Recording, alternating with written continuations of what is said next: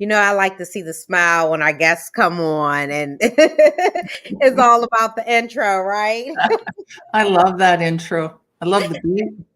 I love the Thank, music. I love the photos. They're great. thank you. Thank you. So, Heather, it is such an honor to have you as a guest today. And I just can't wait until you share your life experience, in hopes that someone is going through what you're Mhm. going through, and you can help them start the journey to healing by taking some of the measures that you have done to start your journey. So, everyone, I want to welcome you to Unfiltered Unspoken Podcast, and we have another life experience that is going to rock you today. And I want to welcome Heather Chapplain to Unfiltered Unspoken. She's going to tell you a little bit about herself. Today, I may be solo, so we're going to push through. Be patient with me, and let's welcome Heather. Hi, thank you so much for having me and inviting me on. It's a real pleasure to be here. I have a real heart's passion to help other people to confront and deal with their trauma and their CPTSD, if that's what they're dealing with. I find that you really need to approach healing in a holistic manner, and you need to approach it with a lifestyle. And so that's what I'm all about, is helping others to create a lifestyle of healing. I've gone through many traumas in my life, from sexual childhood abuse to violence in the home as a child, occult abuse, many different types of abuse throughout my childhood and into my young adult life. And on the flip side of that, I've also tried many different types of healing modalities, from the traditional psychiatry, psychiatrist group therapy. I've done that, to Christian counseling. I've done that. I've went into EFT tapping. I've had hypnotherapy, tons of life coaching. And through all of that, and through all of my experience, the thing that I've learned the most is that it really does come down to creating your own personal prescription and lifestyle of healing. And so I've created a 5-pillar system that is based on that. And we look at mindset, we look at body, we look at spirit, we look at your environmental space and your lifestyle. Because once you put them all into practice, the release and the power that you can gain through that is beyond your wildest dreams. It all comes down basic. If you want it really basic, it comes down to knowing how to manage your triggers in a positive and uplifting way, and to not be afraid of them. I love it, Heather. Thank you. And it's so much, because you just shared so much, and I can't wait to tap into your life experiences. I want to start because and go into your childhood, because Okay. I've heard a few things, and just to see you smiling right now speaks volumes on your healing, and to be able to share as Mhm. much as you did. Can you tell us, starting from your childhood, some of the things that you went through in the home? Sure. It's funny because I've been delving into this while I'm writing my book, and I've was speaking to my sister recently because I want to fact check things, right? Like the timeline, as I'm figuring it out in my own brain. And I find that when we do that, when we figure out the timeline of our abuses, it really helps things to fall into place in what happened to us in our adulthood. So from a very young age, I was raised in a very unstable home. I experienced what I would call non-purposeful neglect. I don't believe, looking back, that it was my mother's intention to mess me up so bad. I find a lot of times, and I'm guilty of it, I blamed my parents for my abuse and my neglect. And to a point that is true, but also to another point, they were doing the best that they could do at the time also. Because I believe firmly that forgiveness is key to healing and to moving forward. My abuses started really, well, I spent the first 6 weeks of my life in an incubator because I was only 3.5 pounds. So I was a fighter right from the start.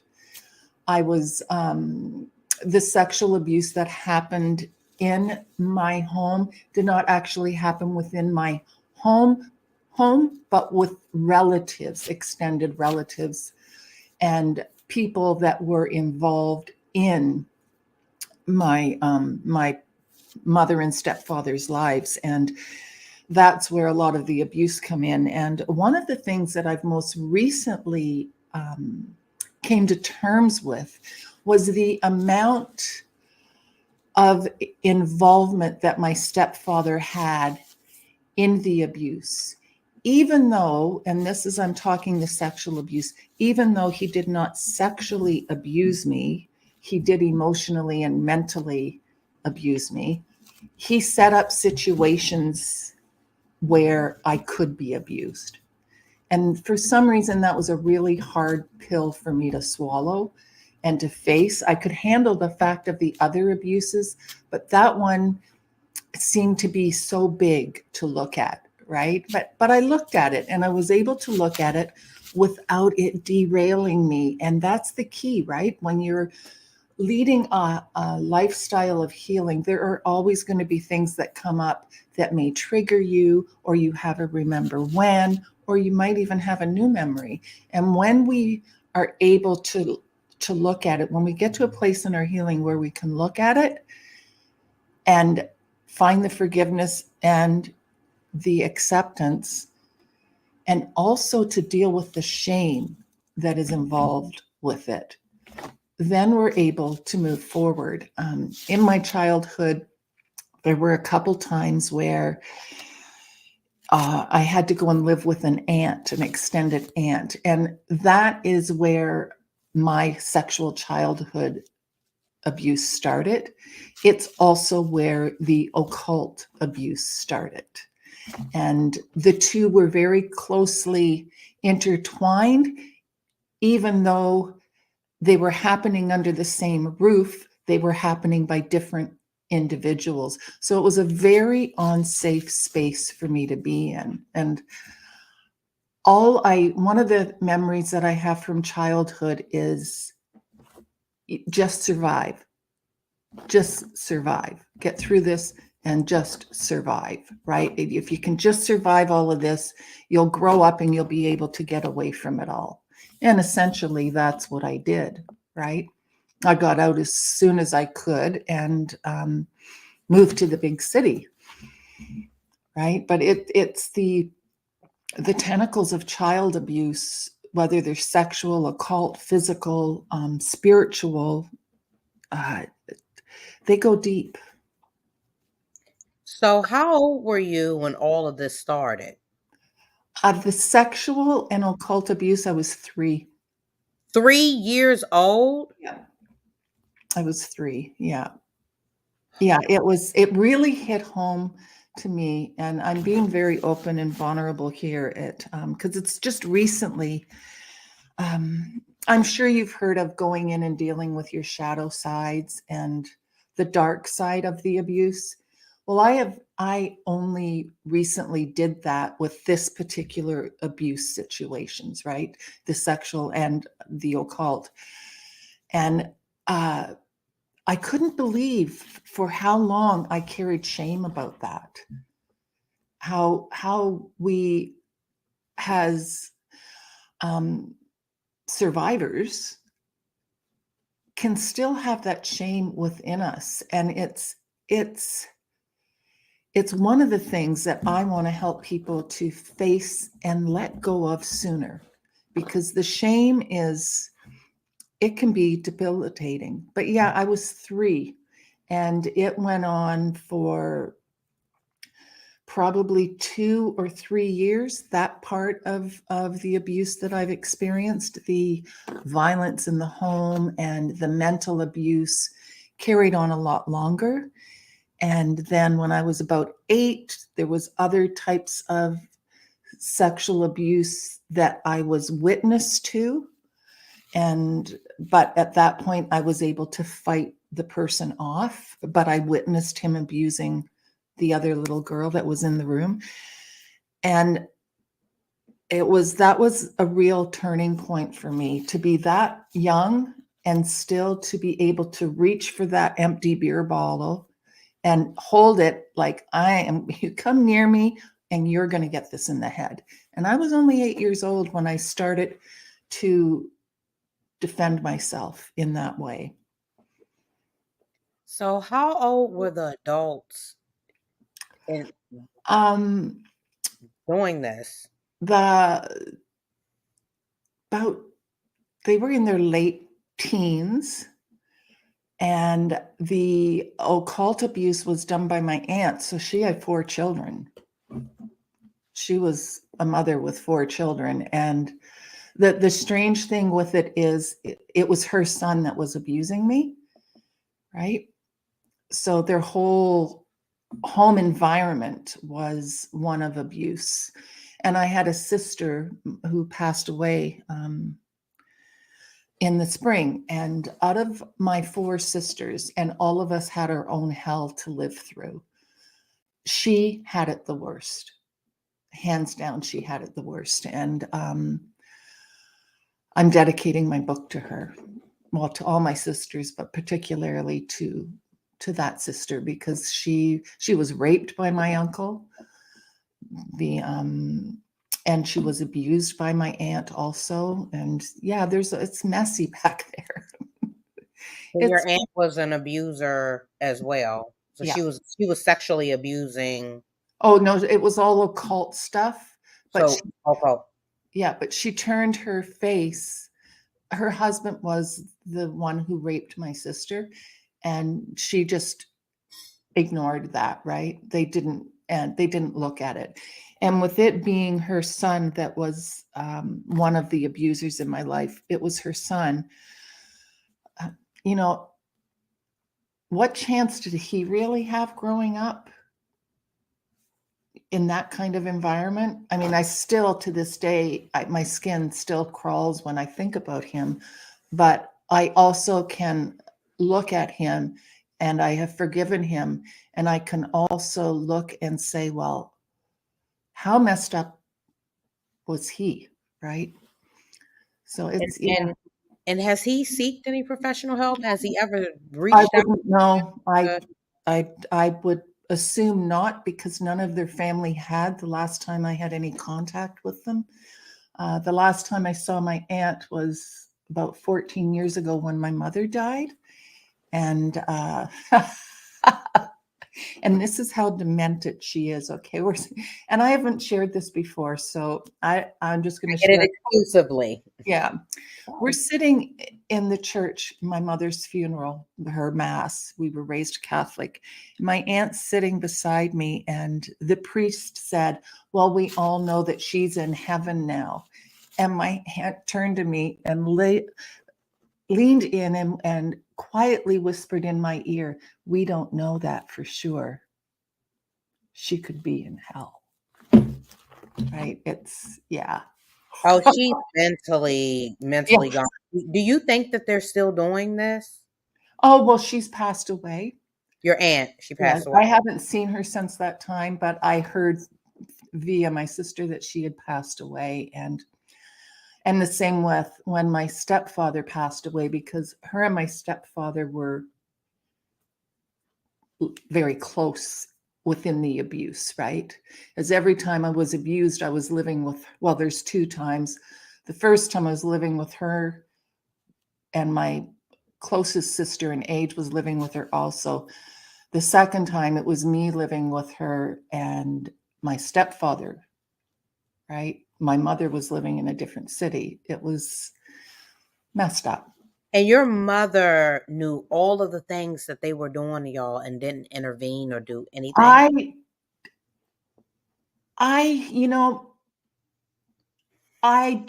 I think she knew subconsciously, but didn't know what to do about it. And so she just ignored it. You know how some people can just put their head in the sand and pretend that things aren't happening, right? But there was another time, the time I referenced just a few minutes ago, about witnessing another little girl getting sexually molested in front of me. And when he tried to come towards me to do it, and I went after him with a empty beer bottle, right? When that got brought up, because I made sure that it got brought up that time. And I can remember sitting around the dining room table, smoke-filled room. They're all smoking their cigarettes. And what I remember most is, well, I don't think we should do anything about it. I think we need to keep peace in the family. And I was like, are you kidding me? Because it was a brother-in-law that had done it. But, I was 8. What could I do at 8 years old, right? It sounded like there was a lot of molestation going around the Yeah. family, like, Yeah. period. Yeah. Wow. Yeah. It was pretty devastating. And the reason I started drinking at such a young age, I was 13 when I started drinking. And I was 23 when I got sober. So 10 years of drinking.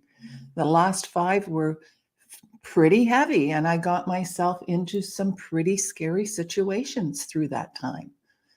Sometimes I would shake my head and wonder how I got through it, because I came so close to death, so close to to death, and to being decimated, for just completely destroyed.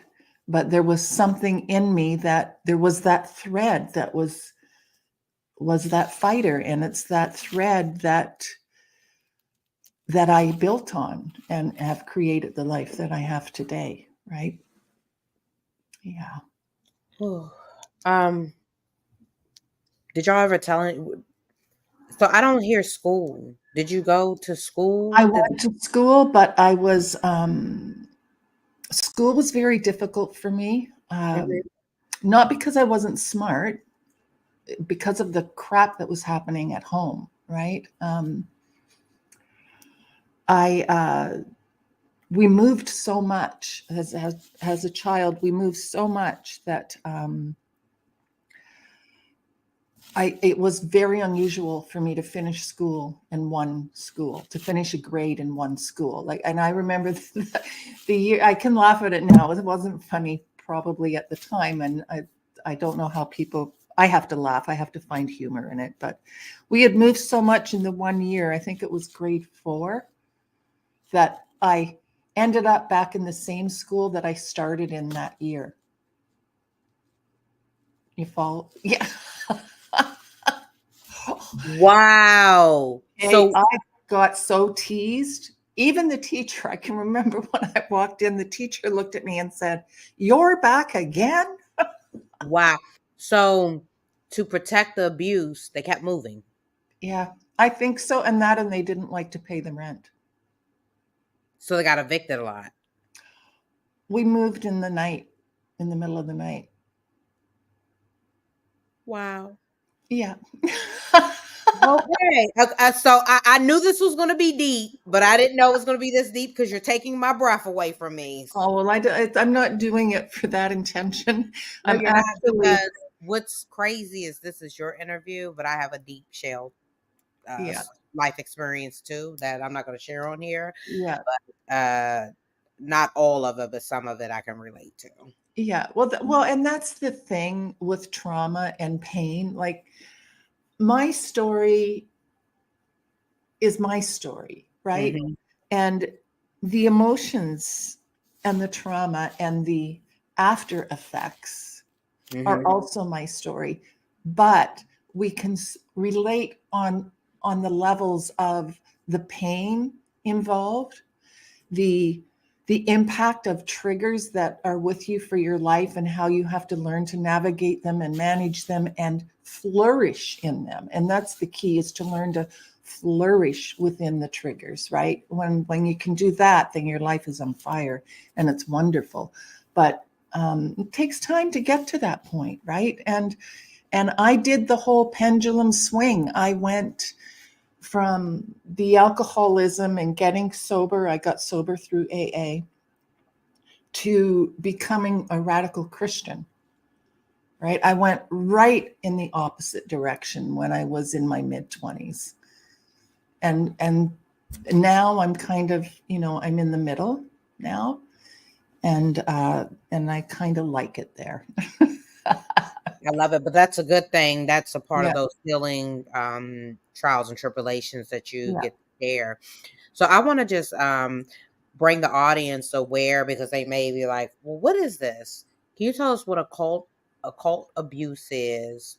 And I know that you don't want to go deep into it, Mhm. but would you mind, whatever you feel comfortable, would you Sure. mind sharing with the Yeah. audience? No, I would love to. An occult is just, it's a spiritual practice. It's like you have your Christianity, and within the Christian world, there are many different types of churches. You have your Pentecostal, your Evangelical, Baptist, Catholic, United.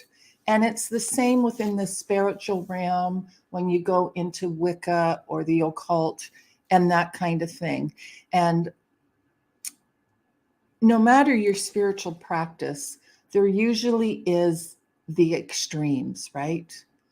The extremes, and you see it in the news all the time. For me, with my aunt, she was a Satanist. She was a devil worshiper, and so she abused me in ritualistic practices. Okay, um, very devastating, and at the time, I didn't understand what was going on, right? I didn't understand. And like I mentioned earlier, I was probably about four-ish, maybe five, but I think closer to four. And I was compliant at that point with my abusers. I was compliant because I didn't know how else to be, right? I didn't, I was fighting just to stay alive. Basically, it was just to survive. And the abuse, it was a ritualistic abuse. Like I said, it got very messy. It got the healing for that abuse. I started that healing journey in my Christian walk. And looking back, the first time I tried to heal it in the Christian walk, I really regret going down that road with the first example, because again, like every other spiritual practice, you have your extremes. And this particular pastor, it was extreme, and it wasn't good. It could have been done in so many other ways. And again, it was done in a ritualistic kind of way. And at that point, I was in my early 30s. So yeah, I learned from it, but I wish that particular thing that I could have avoided. Yeah. Wow. So now we actually, I know you don't want to get into it, and it's a Yeah. yes or no. You could say yes or no, or you could say Mhm. something else. So there was a pastor involved that brutally sexually harmed you. No. No. The pastor that was involved. Uh-huh. Okay, let me get clear with this, okay? Okay. The sexual abuse Mhm. and the occult abuse were two separate entities, Okay. okay? The pastor that I went to for counseling Mm-hmm. over the type of occult abuse I had had, his practice was to deal with it again on a ritualistic way. Got you. Got you. Got you. Got you. It And I was always want to that, be corrected. I yeah, always want to no, correct yeah, people. and that is where it got really messy. The interesting thing is, Mhm. though, when I was little and when my aunt abused me through the occult, the ritualistic ceremony she did on me, it was in the bottom of a church. What? It was in the basement of a church. Did the church know? I don't think so. I think she just went there and built a trust with them, and you know, Did you ever think about telling the church they did that? no, I was too little at that time. And then, Hmm. as through my Christian walk, I was very open about my past. In hindsight, maybe now I wouldn't have done that. But you don't know. Hindsight's great, except it doesn't work. So are all parties involved deceased or some are still alive? I believe some are still alive, but I haven't gone looking for them online or anything. I don't want to know. I really don't Okay. want to know. I was Yeah. going to say you still can press charges. That's one of the Yeah. laws they No, passed. it's But so it's not worth the mess for me. I have 3 beautiful young grandchildren, and I just want to be the best that I can for them, and they don't need to witness me going through something like that, right? love it, love it. And it's always ways that we Yep. protect ourselves and Yeah, forgiveness, as you said, forgiveness is key. Once you forgive, you start that journey to move on, yeah, and we take accountability for our lives to be a better person. exactly. I love it. Exactly. Um, Exactly. I wanted to go into we've heard a lot about your traumas as a child, and Mhm. I just want to commend you and say that you're a strong woman to be standing where you are today Mm. and fighting for what you fight to help others and your Yeah. transparency. I want to thank you. I'm sorry, getting Well, a little thank you. Aw, teary. that's Yeah. sweet.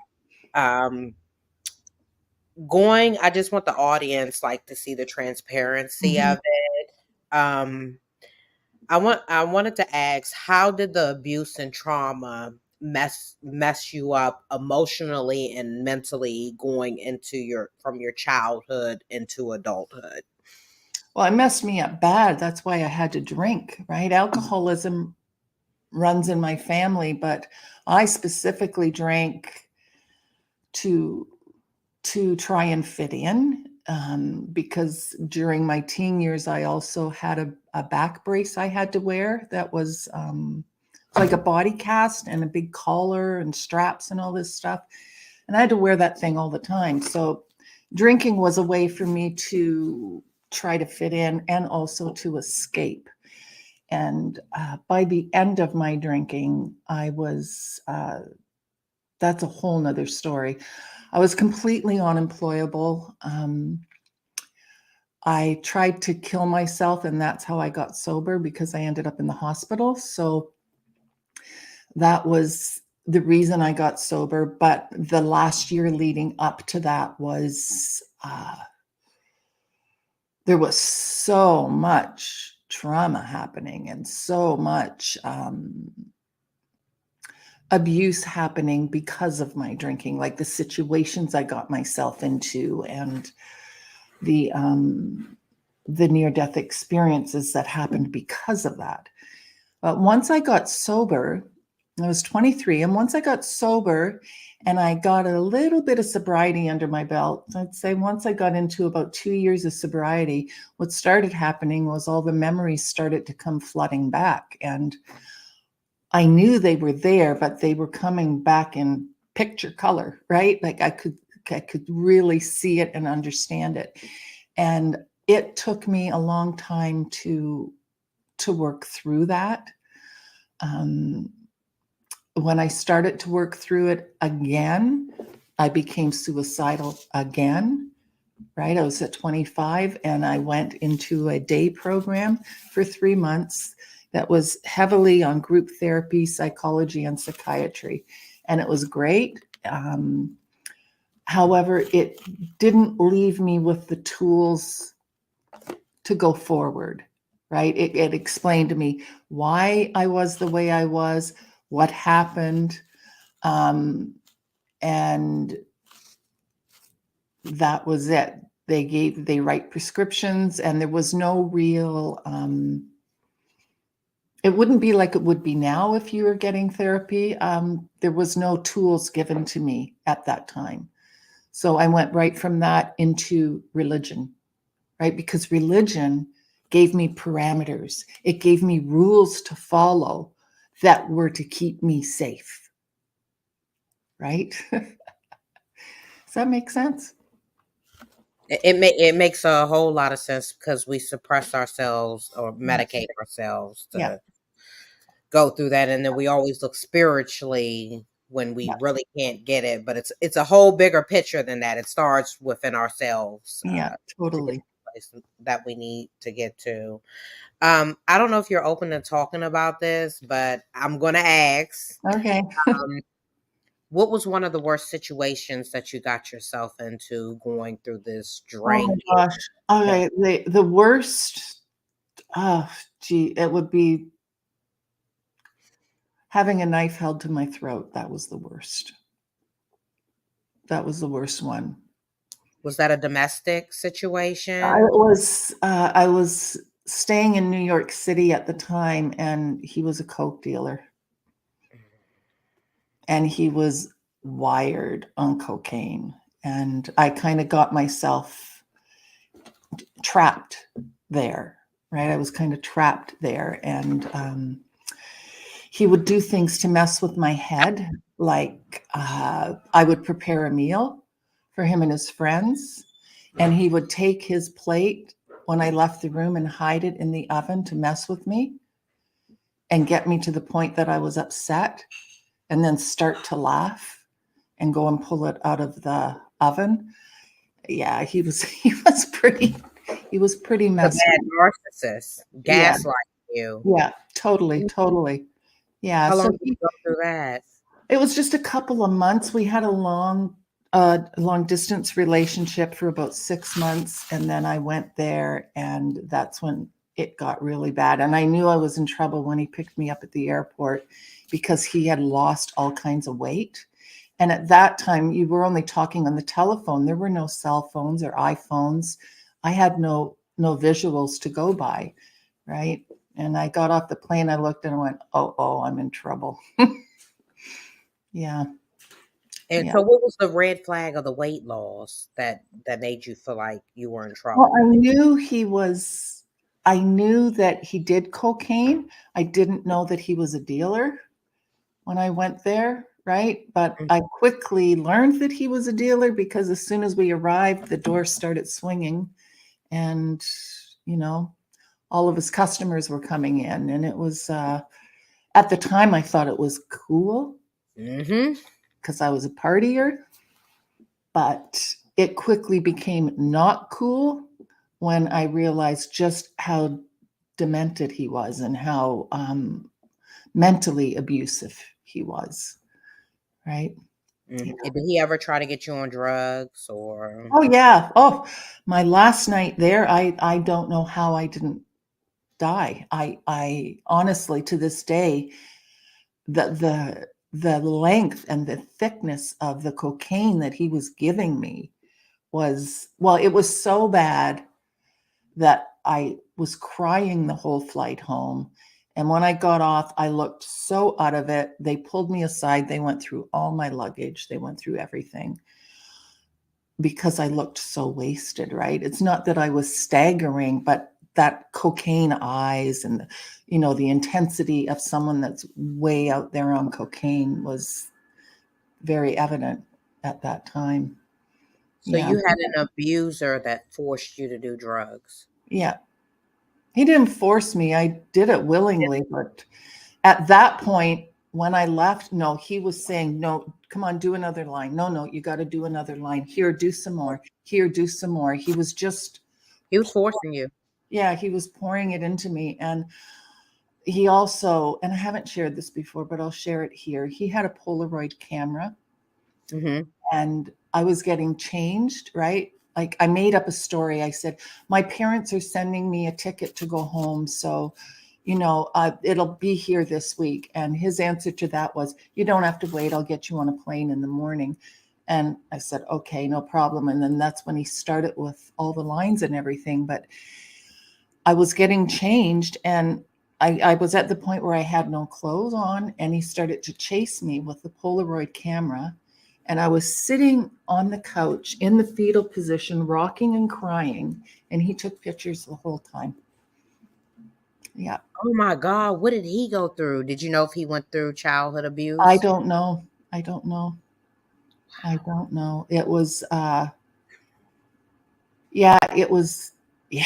Oh my gosh, I haven't thought about that in a long time. It was pretty horrific. It was pretty Wow. horrific. Yeah. So did you find yourself going through the struggle of alcoholism when you're drinking, that you were just getting in bad relationships or friendships or the folks that you were All around? completely forever, all of it. Yeah, right up to the end of my drinking. I was constantly like I had become drinking buddies with someone who was being charged with murder. Like where was my head at that time? Where was I at that time? But it just when you're in the throes of alcoholism, drug addiction, or even in the throes of being heavily abused, like in a physical abuse situation,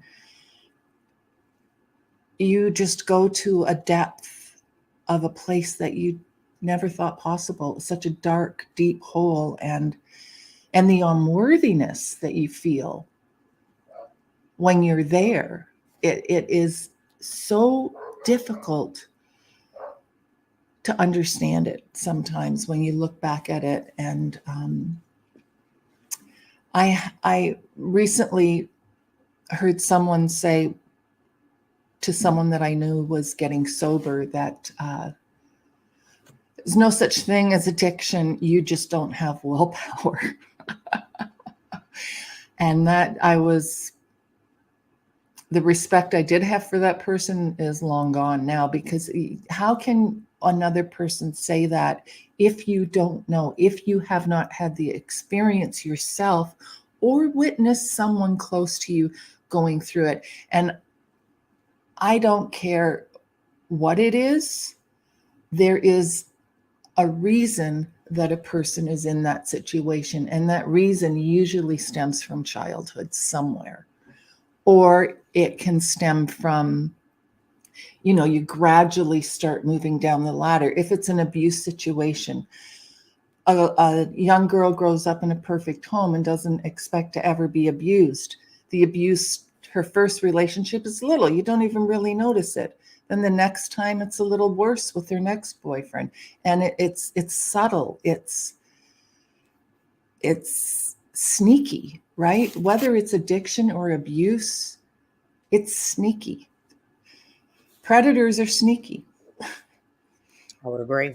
I would agree with you 100%. And that's the work that we do. We try to get folks to go to their childhood traumas, because a Yeah, lot of it starts in childhood and it's yeah, suppressed. So yeah. the hurt, the pain, the anger, and even the victim Mhm. can become an abuser from the abuse. And Yeah, those are a lot of things that, we try to get folks to realize. So I'm glad that you hit on those points as well. As look at your childhood. Like, a lot of people that are addicted to drugs or prostitutes, a lot of women are prostitutes because it mhm. was done to, they were sexually assaulted as a child. Yeah, yeah. So, yeah, definitely. I wanted to go in because I also wanted to ask, because I heard you say suicide, and I've Mhm. attempted as well. And I think that's a very important topic to touch on, especially if you're a survivor and you've got Mhm. those messages to that Mhm. point Yeah. in your life. You said you attempted suicide a few times. So I Yeah. wanted to ask, how many times did you attempt suicide? And what was the feeling when you got to the point where you attempted the suicide or you backed out of the suicide? Mhm. What measures did you take not to want to attempt suicide again? With the first time, well, I ended up in hospital and I had to have wrist surgery because I cut tendons and everything in my wrist. So that was the turning point that got me sober. right? That's when I started to go to AA. The next time I became suicidal was when all the memories started to come back. And just before I went into the day program, it was the catalyst that got me to say, I need help here, right? I need help. And I just, the thing that for me personally, it's the pain, right? I think when people go down that dark, dark, dark road, it's because the pain becomes so friggin' unbearable. And it's not really that I wanted to die, but I didn't want to live the way that I was living. I didn't want to live in the pain of, I didn't want to be in survival mode, living in pain. I didn't, if that was life, then I didn't want to be a part of it anymore. And that's why I went and got the help that time, and I'm really glad that I did. It's something that once you've attempted suicide, and if it's something that you battle with on when things get hard, right? You need to make sure that your medical people know, that your doctor knows, that those that are close to you know, right? Because it can be subtle and can come up out of nowhere sometimes. And you really have to be aware. And that's why I think, and why I created the 5 pillars, was because I think when you've been through so much darkness, you have to learn how to live in the light, and you have to learn how to keep that light shining, even when it gets tough, even when the shit hits the fan and something happens in your life. You have to almost be able to step back and say, and look at the big picture, right? And say, okay, yeah, this particular situation sucks, but it's not my whole life, right? Because it's familiar. They're familiar patterns. And once we can learn to break the familiarity of the pattern, it's easier to dismantle the pattern, right? Yeah. I agree. I agree. It's a emptiness that can't be explained. It's just like no hope, no faith, no nothing. You've given up. Yeah. It's Given up. very dark, and it's very painful. Very Hmm. painful. I had nightmares up until about a year ago, Mm-hmm. of Yeah. things that happened to me, and I couldn't. And once I addressed it, it kind of started to fade away. Yeah. Yeah. Yeah. And that's nightmares are a big part of CPTSD, even when you were well on the road to recovery. And I was so happy to find that out, because I couldn't understand why at times when things were going great, why I would still be battling the nightmares that can come with CPTSD. But now that I know I'm understanding it, and I'm able to dismantle it a bit more. And the keys to that is to really be practicing self-care in all areas of your life, right? Mental, physical, emotional, spiritual, the things you surround yourself with, how you show up in your life on a day-to-day basis. It's important to be loving yourself first. Yeah. I would agree 100%. Yeah. Okay. So I usually see PTSD. Can you tell us what the CTP Okay. CPTSD, Mhm. it's based on, it's PTSD is like someone has trauma, and they have something happen, and they're dealing with the trauma, right, of what's happened. Um, with CPTSD, it's based out of childhood, and it's when it's layers of trauma, like what I've had, different kinds of trauma and layers of it. Or it could be one type of trauma that is just repeated in the home over and over and over again over an extended period of time, like physical child abuse, right? Is someone that hits their kids, or mental abuse that's really hard and repetitive. So it's repetitive trauma over an extended period of time, and it's layers, right?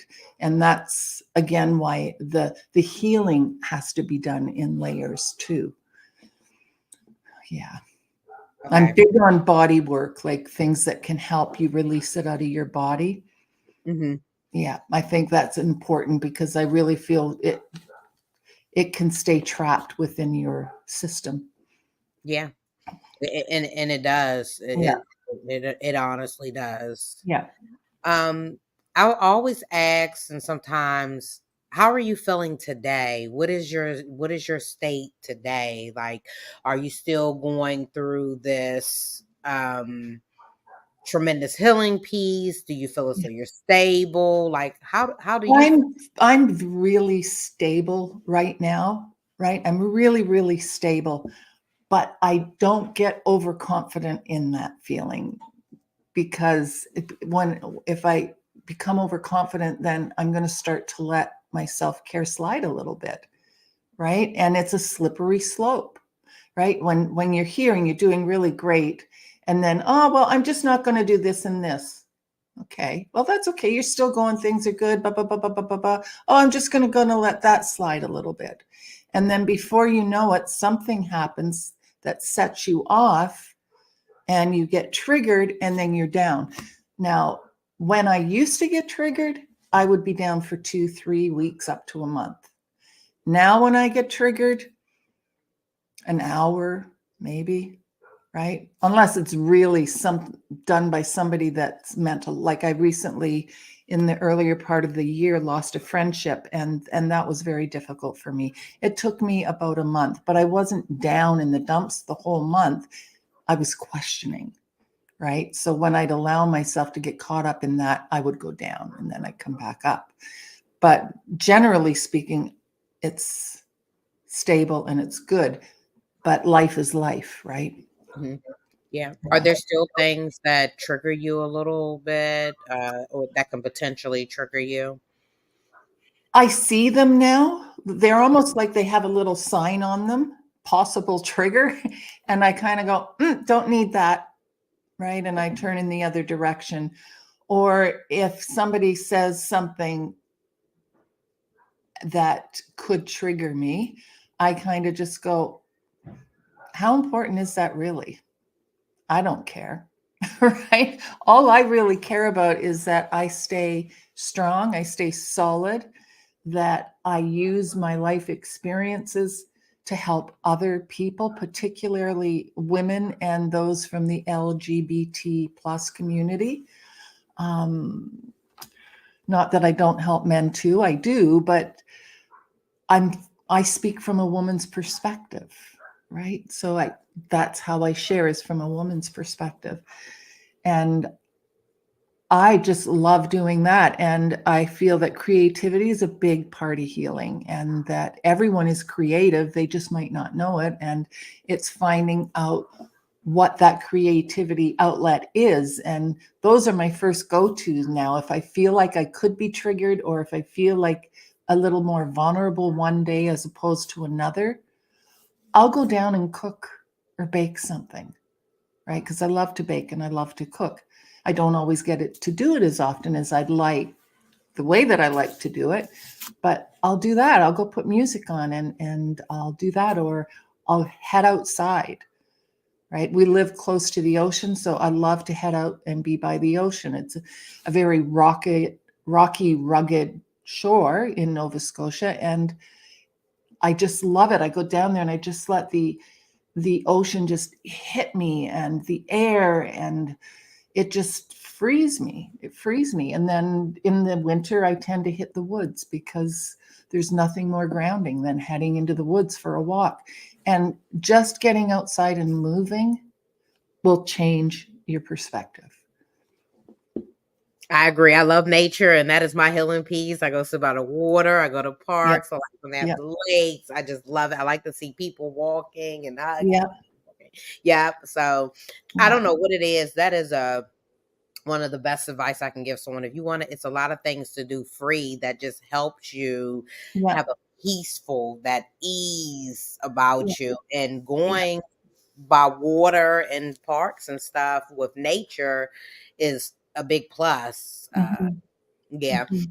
So I wanted to ask, if for anyone that's going through what you went through as a child, Mhm. can you give them advice on how to speak up or how to take that next step to help them potentially get out of the situation that they're in? If it's a child, well, they need to find an adult that they can trust, that they trust completely. It could be a teacher, it could be one of their friends' parents. It's got to be somebody that they trust. But if you have experienced abuse and you're in your late teens, you're a young adult, my words to you are the sooner that you deal with it and find your healing, the better, the quicker, right? Mm. Because now there are so many options out there, and you can approach it holistically, right? You can approach the whole thing holistically, and you can look at what's good for your body. Movement is huge. Movement is so good for your body. Nutritionally speaking, right? If someone gets triggered, let's say they're on the road to recovery and they get really triggered bad, right? And they wake up the next day and they just feel crappy. I always have them look at, what did you eat the day before, right? Were you on a lot of caffeine and sugar? Because you're going to crash bad, right? And these are things that we're not even aware of. Like, I love sugar, I love baked goods, right? I have to watch that with myself. And because it's important. Like, if you're not sleeping well, if you're having trouble sleeping because you're afraid to go to sleep because of nightmares, what are some things that you can do to prevent that from happening and to help induce a good night's sleep? Well, make sure you're getting the protein a couple hours before bed. Have yourself warm milk or oat milk. Use essential oils, right? Get away from the tech. Practice positive thoughts and affirmations and visualization before drifting off to sleep, right? It's get the help that you need to find the freedom that you deserve and the peace and the joy and the happiness that you deserve, right? Love it. And really quick, can you give the audience maybe two things on advice on or things that helped you start the journey to healing, that helped you through your Mhm. trials and tribulations? Journaling. I've journaled for years, even through the abuse. I would journal and throw it away like on a piece of paper. But early sobriety, like, I journaled everything down, and I still journal to this day, although I do it in a different way. And there are different ways to journal too. There's different types of journaling. There's journaling for manifesting, there's journaling for letting go. But the most important thing is to get it down on paper. And then you can burn it, you can crumble it, you can tear it up, you can throw it in a drawer, right? But get it out of your system. Journaling helps. And find a place, whether it's online or in real life, like that you can get face to face with people and get help, get the support. It doesn't even have to be help, but get the community, get a community around you that can support your healing lifestyle. Thank you. Oh, thank you. So we're almost at time. And at the bottom, as you see, all of your information is scrolling to the bottom. We call Mhm. this shameless plug. If you Yeah. could tell the audience some of the amazing things that you're doing and how to get in contact with you, Okay, sure. anything that you have coming up Yep. soon, anything you would like to share. Okay, yeah, I have a visualization day coming up. I'm just put this together the last 2 weeks, and it's coming up January 20th. And it's a half-day online retreat done via Zoom. And we look at where you are, where you want to be, and what you need to let go of. But we don't look at everything. We look at the most important thing. The most important thing. We focus on one thing. We generalize the rest, but one thing that you can commit to for yourself to promote your healing and to give yourself and bring you the life that you want. And that will be going up on the website in December. And the other thing is the 5 Pillars of Healing ebook. Get that. It's a wonderful tool to help you. And if you are really, really struggling and you just need someone to talk to, shoot me a DM on Facebook. I will message you back and I will help you. I will. I'll be there. I love that. I simply Yeah. love that. And I hope it's, more people come forward to mentor and help folks, because sometimes we just need to vent to someone that has Yeah. been through it, and that can just allow us to pour out on them, and we just allow them to vent, because sometimes folks don't need to hear. They need to Yeah. release.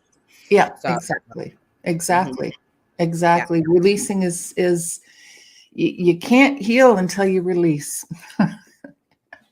You just can't. that part right there. Heather, I want to thank you. I mean, just thank God that you are where you are now, and you're taking your testimony Mhm. and the traumas that you have been through to help others. And Unfiltered Unspoken wants to tell you thank you so much. I mean, to everybody that Mhm. has Mhm. extended their life experience on our platform to help someone. And that is our mission. That is our Mhm. goal, is Mhm. to share as Mhm. many life experiences as we can. And just for those, just a really quick recap.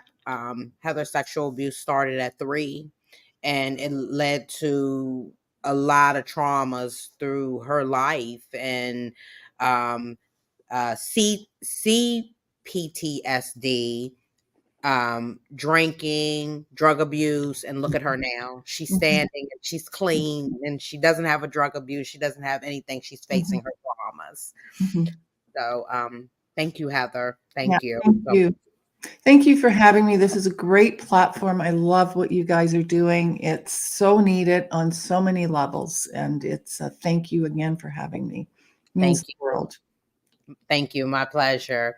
So, we want to thank you for tuning into Unfiltered Unspoken Podcast, where we're going to continue to share life experiences of others in hopes that you will connect so that you can start the journey to healing. And even if it's not for you, share the life experiences to someone that is Mhm. going through a similar situation. Mhm. Maybe Heather's voice or other guests that have been on this Mhm. platform will be the voice to help someone say, I'm going through this. I need to wake up and realize the traumas that I am going through. How do I get a safe exit out? Mhm. Yes. So thank you for tuning into Thank you. Unfiltered Unspoken, and we will see you soon.